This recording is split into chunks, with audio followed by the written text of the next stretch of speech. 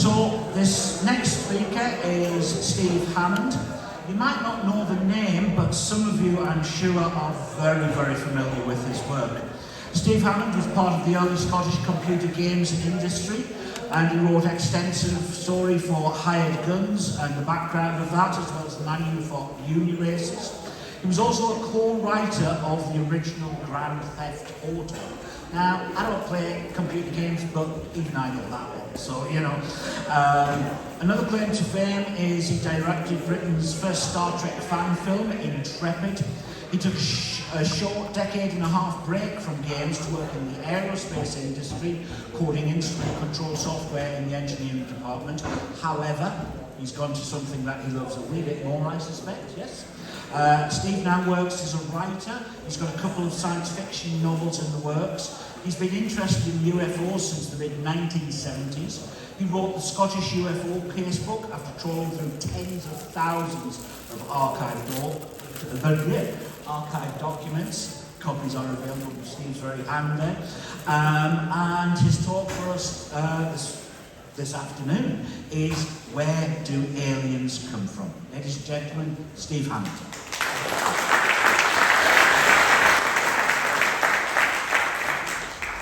Okay, right, thanks. So, I've had an interest in UFOs since the multicoloured Swap Shop special in like 1978. And I'm going to talk about where they might come from and how we think we know that. So, before we had UAPs, we had UFOs. Before we had UFOs, we had flying saucers. And flying saucers came into the world on the 24th of June 1947. And that was when Kenneth Arnold saw some objects skipping through the sky, like pie pans would if you skipped them across water. And to be sure, that's the start of the modern era of UFOs. An important distinction, and also, not by coincidence, the dawn of the space age. Now at the beginning, it wasn't obvious where these things were coming from, if they came from anywhere. And being shortly after World War II, the obvious immediate explanation was secret weapons.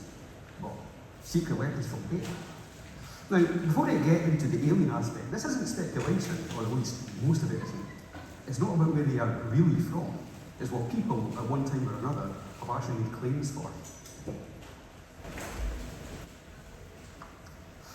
But at the start, there was always speculation. And in the late 40s, most people assumed they were Russian. Some thought they were American. And some people even said flying saucers were British secret weapons. It was all new. There was almost no information. Where do they come from? But back in the late 1800s, we had a prototype of the UFO phenomenon, where mysterious airships flew around America and then the rest of the world. And despite some talk of Mars, those were mostly claimed to be human inventions. Usually all American humans, but not always. And right there, that's the seeds of the federal hypothesis. But I'm jumping ahead.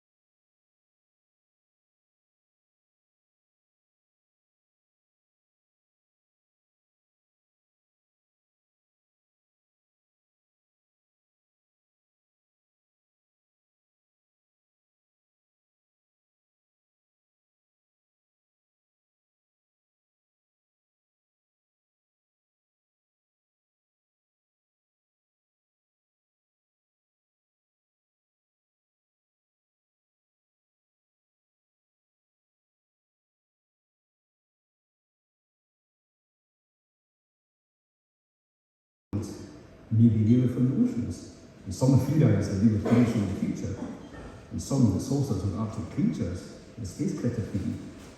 We had the ultra-terrestrial hypothesis, perhaps they were etheric and intangible, perhaps spiritual. Now, I call this talk alien origins, but especially in the early days, it might more accurately be called origin not of aliens, but of flying saucer occupants. After all, it might still have been Air Force pilots. And even had they not been over this earth, most upcoming contacts look human. So space shortly became the obvious place, but so far that was only speculation. No one claimed to know that that would quickly change. I mean, there were many claims. Brinsley Trench said that they came from the North Pole. And Daniel Fry said they were from Lemuria and Atlantis, and after a war between the two, the Lemurians colonised Mars. The Flying Saucer Review said that aliens may have a base under the Antarctic. And Reinhold Schmidt said the literal polar opposite, the Arctic, though I'm not entirely certain if they had a base or were just visiting. But Schmidt did one better, having a trip up there, complete with his Buick, which he drove at a water ramp into the saucer. Then we have Richard Shaver's detection for robots, Dero, and came from caverns deep within the earth, and that may or may not have been a literary device. The T. Lobsang Rampa's saucer occupants told him that we are the colony, a colony which, quote, was affected by a dread disease which makes most of the inhabitants behave like mad dogs. Being a colony would become a minor theme too. He said the aliens having a base here. And alien origins at that point was anywhere unfamiliar. And soon enough, the main speculation was outer space, interplanetary endoparlance. United States Air Force Project Sidon produced what's called an estimate of the situation. And repeatedly it said the only plausible explanation was interplanetary space, or where in space. And that was still mainly speculation. Another 1949 publication, Behind the Flying Saucers, reported that scientists had determined that a crash saucer came from Venus, but not really either. So speculation turned to Mars, which wasn't surprising. In the 19th century, it was more or less assumed that life existed on Mars. Pulp science fiction in the 1930s invariably had Mars as a setting or an origin for, well, the Martians. It remained popular up to the end of the 1950s, but not in the UFO context. Aliens and Martians were synonymous. So much so that within fiction, Mars had attained the status of a cliche, but the UFO phenomenon thought differently. So where were we from? And by now, some people claim to have made actual contact with aliens, and they were the contactees, and they asked. But sometimes optimists just didn't want to say. Reasonable given humanity's warlike outlook, and in fact that was a recurring theme, that we ought to change our ways. Reinhold Schmidt's aliens said they couldn't tell him where they were from. And when Joe DeFreitas took a saucer ride, he asked the same thing, but got no response. Cynthia Appleton's visitors came from, well, they didn't want to say, at least not in the first visit. And in the 1951 Close Encounter, no, contact team, the alien pointed up and said, from there. In 1973, Gravoloni Tosi, who was a radio ham, received transmissions from aliens. A metallic voice said, "We are beings who come from space." But the big clue had already happened in 1961. The captain of the saucer also declined to say where they were from. Instead, he showed Betty Hill a map. But I'll come back to that later. And meanwhile, in the 50s, George Adamski became the best-known contactee. He claimed not only to have seen and photographed a flying saucer, but to have met and spoken telepathically to aliens he called the Space Brothers. His new friends hailed from Venus, a place he said was hot. Another contactee, Buck Nelson, also took a picture of the saucer. And in his first encounter, the saucer blasted into the ground with a heat ray, which cured his back pain. And I want aliens to be real just for that. And they spoke to him not telepathically, but via a PA system. And during the subsequent Q&A, they revealed that many of them lived on Venus. Now, Howard Ranger also photographed a remarkably similar saucer to Adamski, and his aliens came from, well, you get the point. Venus is popular.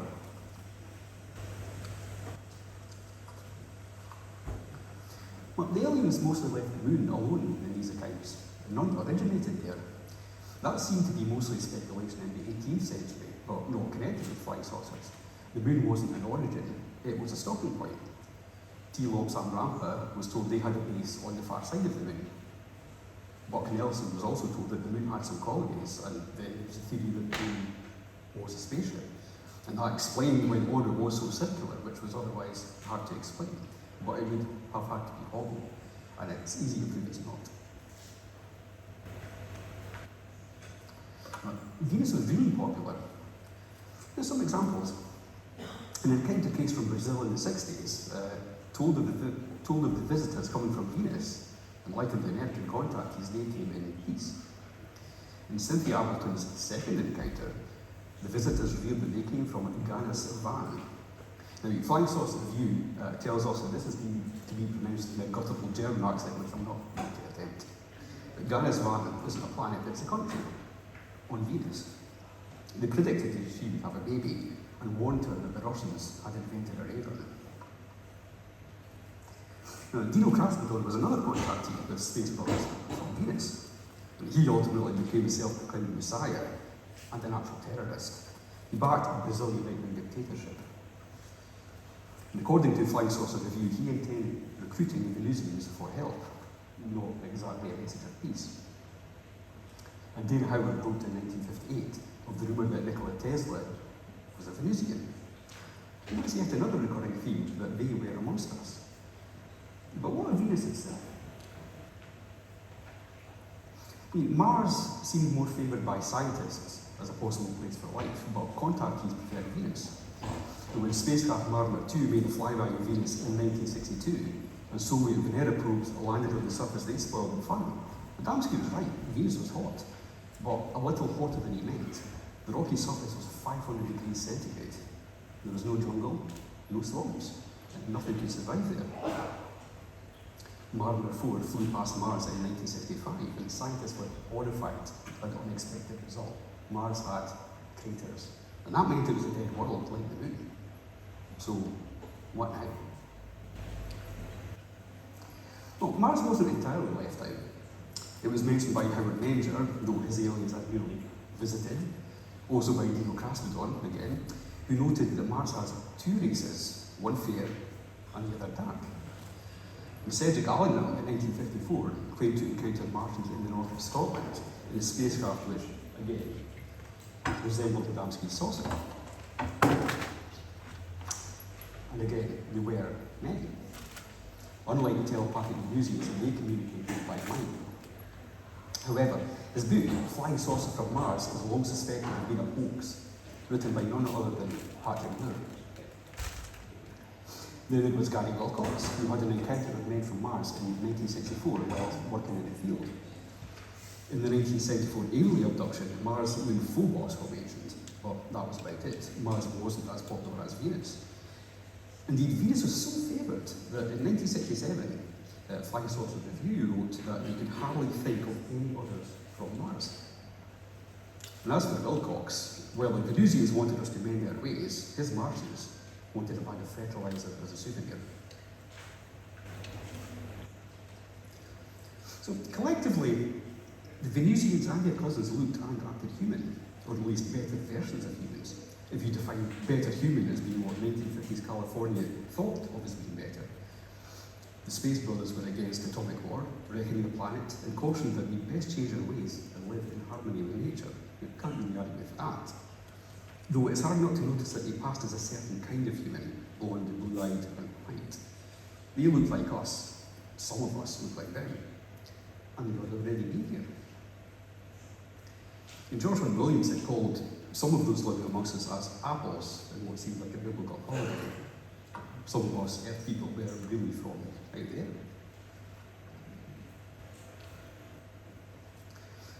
So far I've spoken about corporeal places, but there's a whole area devoted to immaterial beings, the etheric or spiritual plane. Now, I'm mainly interested in astronomy, so I won't dwell on these other realms too much. You know, Jacques Vallée called it Megonia, and John Keel called it another dimension. George Van Tassel's Saucer occupants came from the realm of Shari. Though in his book, I Know the Flying Saucer, the craft communicates with various physical distances above America, travelling at different physical speeds. And we also get planets, but spiritual versions of them. Venus and Saturn, for example, from George King's Theory Society. And Orfeo Angelucci reported his space visitors could appear as etheric beings who didn't need saucers, and as flesh and blood. As flesh, they appeared like normal humans. In the 1950s, UFO lore was often limited by popular scientific knowledge. You know, we knew the planets of the solar system. But it's worth noting that the details of the planets given were not generally astronomical details, size, location, and politics. So distant planets are really used by contactees as a setting and as a platform for their beliefs. And as scientific knowledge increased, that tended to push the origin of aliens further out. Of course, you could sidestep that if your visitors came from a planet that astronomy had no idea about. So if the inner planet showed no sign of life, maybe there was life in the places we couldn't see. One of those was Clarion, claimed by Truman Bethune to be permanently hidden behind the moon. And then he said he misunderstood, and it was actually hidden on the far side of the sun. He wasn't alone. Dorothy Martin also claimed communication with Clarion in the form of prophecies. And Orfeo Angelucci, in his book, The Secrets of the Saucers, described the planet Lucifer as a common origin for both spacemen and humans. And Lucifer was destroyed, along with its moon Bellona, to become the asteroid belt. And fallen humans, and that's us, sorry a lot, relocated to Earth. And George R. Williamson said Lucifer was also known as Maldek, and agreed that Earth was the colony. And Earth was originally known as Saros. Now, in astronomy, this theoretical planet which became the asteroid was given the name Phaeton, but modern research showed that there's not actually enough mass to have made the whole planet. So, past Mars, we get to the outer solar system with the gas giant planets. And to head off any innuendo, I'll be pronouncing the planet between Saturn and Neptune as Uranus. Yeah, I'll watch it try. So, Howard Major told us spacemen from Venus, but also from Saturn. And Reinhold Schmidt's aliens, you'll remember, declined to say where they came from. But as compensation, next time he visited, they offered to bring him a coffee pot from Saturn. So we add Saturn to the list. And Dino Crasidon, talking to a flying saucer captain, got a list of the inhabited worlds. Those were Mercury, Venus, Mars, Uranus, Uranus, Neptune and Pluto. But not Saturn and Jupiter, though a couple of their moons were.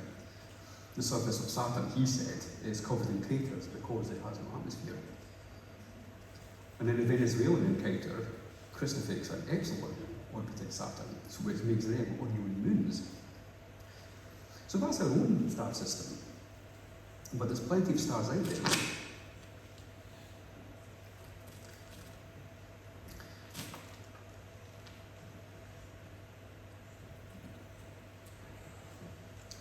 So Buck Nelson took a photo of the saucer before he became contactee, and that brought, he said, a steady stream of scientists and astronomers coming to talk to him, and all of them told him that flying saucers came from outside the solar system. Another contactee, James Cook, saw a saucer in 1958 and was told to jump aboard. Literally, as they do on step, jump, because of the danger of electrostatic discharge. And inside he was told, your scientists don't know this planet exists, which of course they didn't. The planet in question was called Zoldyck in another solar system. Another extremely distant planet was Uri Gelis Hoover, which is outside the galaxy altogether. Hoover, who better? Had to be in the 80s. So, Anatoly Malyshev in the 80s, Soviet Union encountered beings who told them they came from a planet 3 light years from Earth. And there isn't a star at that distance. But Malyshev said when he was taken there that he didn't see a star anyway. And maybe it's what we now call a rogue planet. Star system. So astronomy back then was unable to see planets around other stars. So no confirmation was possible. Elizabeth Clara's visitor and then lover Acorn came from the planet Meton. And Meton orbits Proxima Centauri, the nearest star to the Sun. Though a minority of sources have found, say, Alpha Centauri. So Metonians are vegetarian, have no politics, no money, war, or disease. And Acorn also revealed that Venusians, again, lived amongst us. A different visitor called Rentan was in constant communication with Gabriel Green, who he encouraged to run for US president. Well, alien support is apparently no guarantee of success. Green dropped out to support John F. Kennedy. But once again, the visitors were human, and well, he called them the Great White Brotherhood.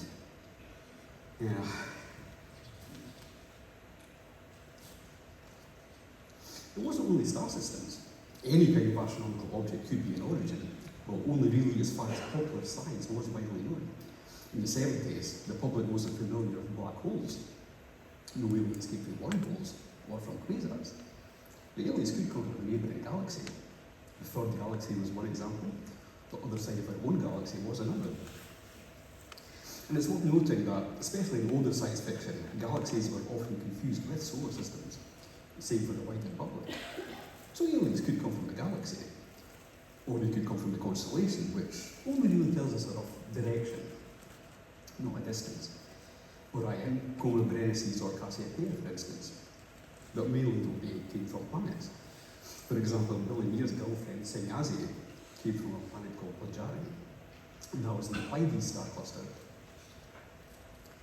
In Hermit Shermer's 1967 encounter, another galactic origin was revealed under hypnosis. The entities came from a neighbouring galaxy, though they had bases on Mars and Jupiter. The alien told him, "We want you to believe in us, but not too much." But for aliens' two origins, why rely on what they told us? Could we figure it out?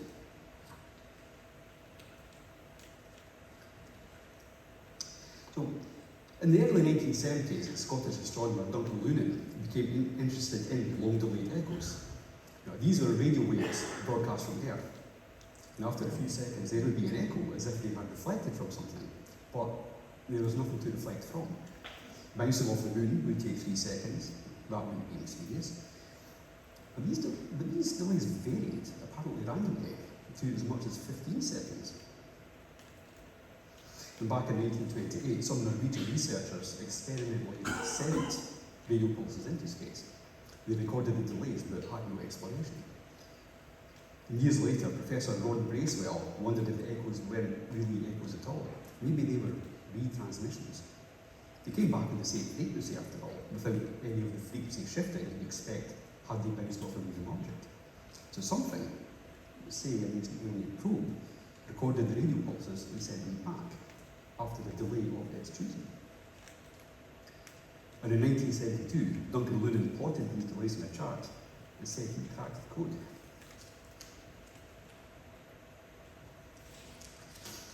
When he made the chart, it looked like a map of the constellation Boötes, but not quite.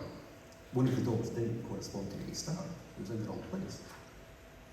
Then Lunan realised that actually the star was Arcturus, if it was a star map from 13,000 years ago. And that would make the probe's origin Epsilon Boötes, a star more commonly called Isar. And just to head it off, this isn't actually connected with the Black Knight story, if you've heard of that. The Black Knight is a supposed alien satellite currently orbiting Earth.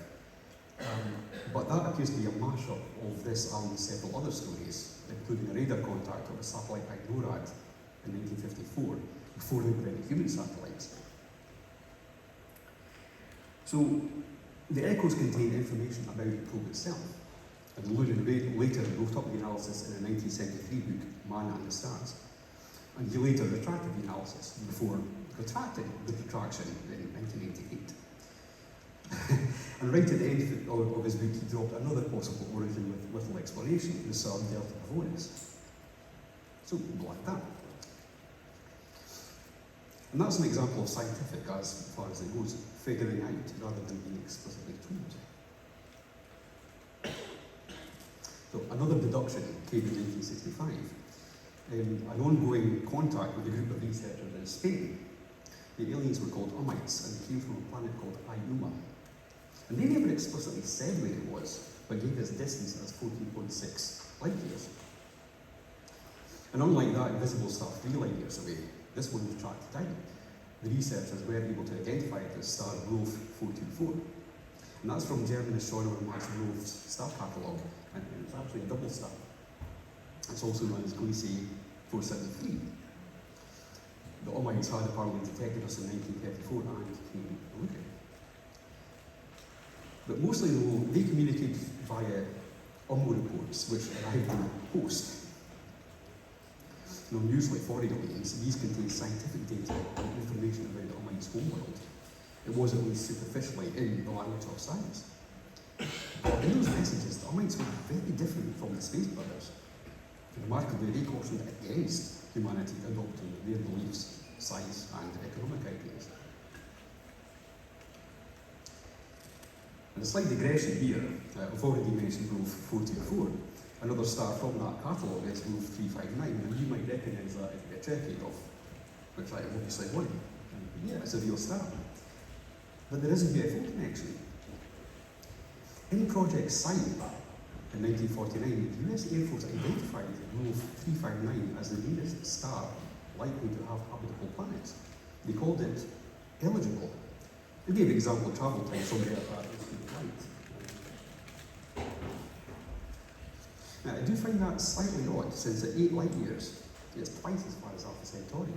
And Alpha Centauri is a medium yellow star like the Sun, but Rule 359 is a red dwarf, and therefore, according to astronomical reasoning, less likely to have life.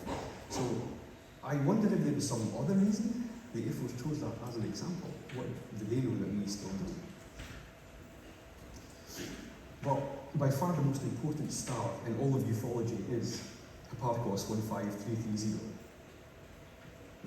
aka Gliese 136, aka Zeta Reticuli. So, yeah, let's talk about it.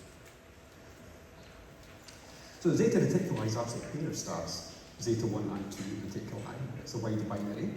Both are not only sun-like stars, but solar analogues separated by a few light weeks. Now, a solar analogue is a star which is much the same as the Sun, billions of years old, plenty of time for life to evolve. And as a possible origin for an alien species, it's actually not bad at all. And having a star in your sky, a neighbour which is so close, it just has to be an incentive for developing spaceflight. So, the Greys are well known to come from Zeta Reticuli, but how do we know that? Why is Zeta Reticuli not, say, Epsilon Eridani and Epsilon Indi?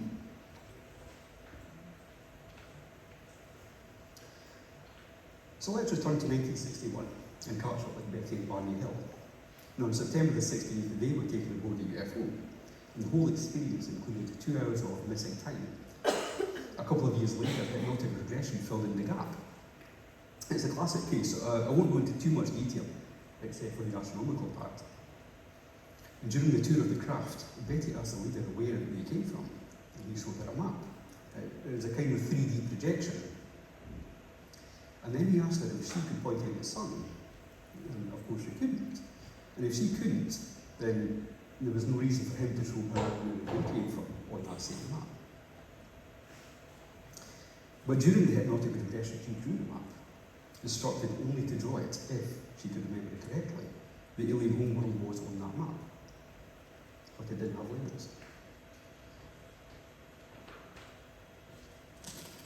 So what did Becky's sketch tell us? Well, amateur astronomer Marjorie Fish thought she could recreate the map in 3D. And at that time, 3D meant hanging models of stars from the ceiling using various lengths of string. And by putting her head inside the model and a lot of experimentation, she was able to reproduce the view.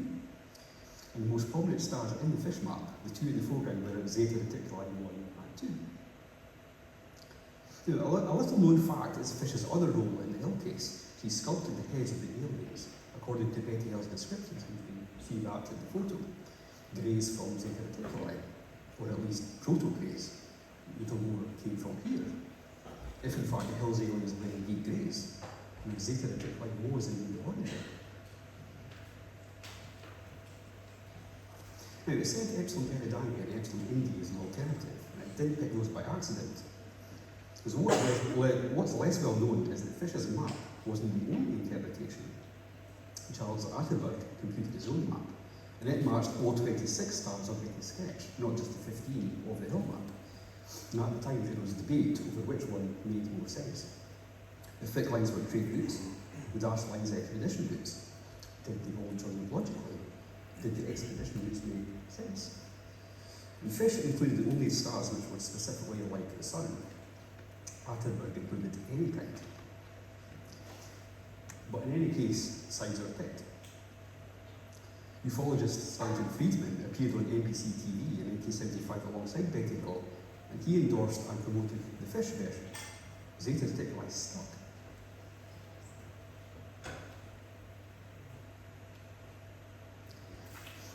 But what's even less well known is Betty's own interpretation. In 1965, astronomer Genevieve Sholonitsky announced that he discovered a radio source, one which varied, which was odd, and that source, CTA 102, he thought was a possible sign of intelligence. Betty saw the story in the New York Times and decided that her drawing actually showed the constellation Pegasus, and she added in CTA 102. And that would make the Grace homeworld assumed to be the two foreground stars in the sketch, Hammond and Barnum, aka Zeta Pegasi and Theta Pegasi. And the radio source was later identified as a natural object, a quasar, which is an unusually bright core of the galaxy. Zeta Pegasi still stuff. Now, I've mainly avoided using web pages for doing this research. I mean, there's plenty of material. So yes, I've heard of Arcturians, Orions, reptilians, and all the rest. But those pages don't tend to have any references, so it's difficult to tell how they know. And I've avoided television shows for much the same reason. Now, broadly there's been three eras when it comes to alien origins. There's the contactees, where the aliens have revealed their home world. Then there were the scientific deductions, where the home world was figured out.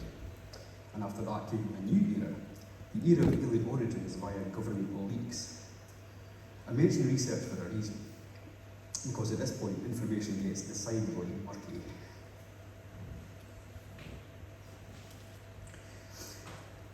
The Zeta Reticuli system was further popularised in 1988 by the TV show UFO Cover-Up Live, and again by Bob Lazar a year later, claiming that Mutants came from there. Now he says he knows this, so working on the reverse engineering of a flying saucer at Area 51. He didn't give their homeworld a name, just that it's the fourth planet of Zeta Reticuli 2. And in the book Exempt from Disclosure, this fourth planet, according to Robert Collins and Richard Doty, is called Seu. And Circle is also a Western planet orbiting one of the stars. And that is where an alien they called EBE1 came from. And there's also an EBE2, which didn't look like the first one, and which came from the third planet of the Zeta Reticuli 1. And after that, it gets complicated. The project system was supposed to be a realization program. We got aliens, we got astronauts, like the consultations for finite. Sorry, now, I want to say reasons in this. The second basis is that even this, you can consider it like real continuities. The various just come from off the story. Now, this point where our claims are effective. For example, the fourth one, CC or simple, gets a whole. But where does this essentially come from? Who can deal with it? Now, this is a work in progress. I'm interested in tracing information back to where it came from, who said what to who, when they said it, and trying to sort through the contradictions, of which there are a lot. For example, in 1983, Richard Doty told Linda Moulton Howe about an alien exchange program, and that might have been the start of the Circle material. Now, ultimately, a lot of the UFO lore comes from anonymous sources. That's the nature of government leaks, and the nature of the documents only said to be government leaks. Majestic 12 was anonymously dropped through Jamie Chandra's letterbox in 1984. And the origin of the Circle information came from a mailing list in 2005 posted anonymously. But there have been claims that the whole thing is a disinformation effort by the Air Force Office of Special Investigations. In one instance, one notorious instance, they fed researcher Paul Penowitz ever wilder material about alien underground bases, for reasons best known to themselves. I'm also working on a little thought experiment, assuming that the Fredible hypothesis is true. Now, George Adamski had a 281-page FBI file. And when I read Orfeo Angelucci's book, he was adamantly against communism. And that was a survival trait in 1950s America, and he didn't want unwelcome attention from the FBI. Adamski told him that the Space Brothers' communism was more advanced and was the future. That's something guaranteed to upset an American intelligence agency. And Angelucci's FBI file was destroyed in 2009. So, just suppose, If, say, the CIA staged encounters with contactees, it's much easier to do it if your aliens look human. But why? Well, during the Cold War, a CIA tactic was to plant sensationalised UFO stories in the press. And the point was to drive certain political stories off the front page. And the CIA has done wilder things, using drugs and psychology and electronics for interrogation and mind control, or at least tried it. And that, at least, is simply part of the declassified historical record. And we know that UFO groups such as NICAP were infiltrated by the FBI in case they proved to be hotbeds of anti-Americanism. So the UFO phenomenon was used as a front in the fight against communism. Now that doesn't mean that aliens didn't or couldn't exist, but it does mean that at the very least the phenomenon was exploited. So I'll once again emphasise the subtlety that this talk is not about where they are really from, but where people have said they are from, and said for their own reasons, mostly real encounters, misdirection. Why not promote UFO stories so that witnesses call you spy planes flying saucers, or use alien abductions as a cover for psychological experiments? So, was the very first speculation right? Saucers really were secret weapons? As I was writing this, I saw news of a non-government source saying the Tic Tac craft were built by Lockheed Martin. And last week, the Wall Street Journal published an article saying this kind of disinformation goes all the way back to the 50s. Make your enemies spend time countering non-existent threats. Make yourself seem more powerful and hide your vulnerabilities. The example given by the Wall Street Journal was an electromagnetic device used to test nuclear missiles for EMP weaknesses, and it created giant orange plasmas as a result. So, if agencies created and fanned the lore, then we've come full circle. Just maybe saucers are from Earth after all. And just a wee plug, my book, the Scottish UFO Casebook, is a completely referenced compendium of cases from the Dark Ages to the present day. And the references are important because it means you can follow my work. Because the most important question when you're dealing with mystery is, how do you know that? So you can buy it as an EPUB or a paper book from Amazon or Lulu. I have further Scottish cases listed on my website. And if I've got something wrong, I am happy to update, but you have to provide the reference.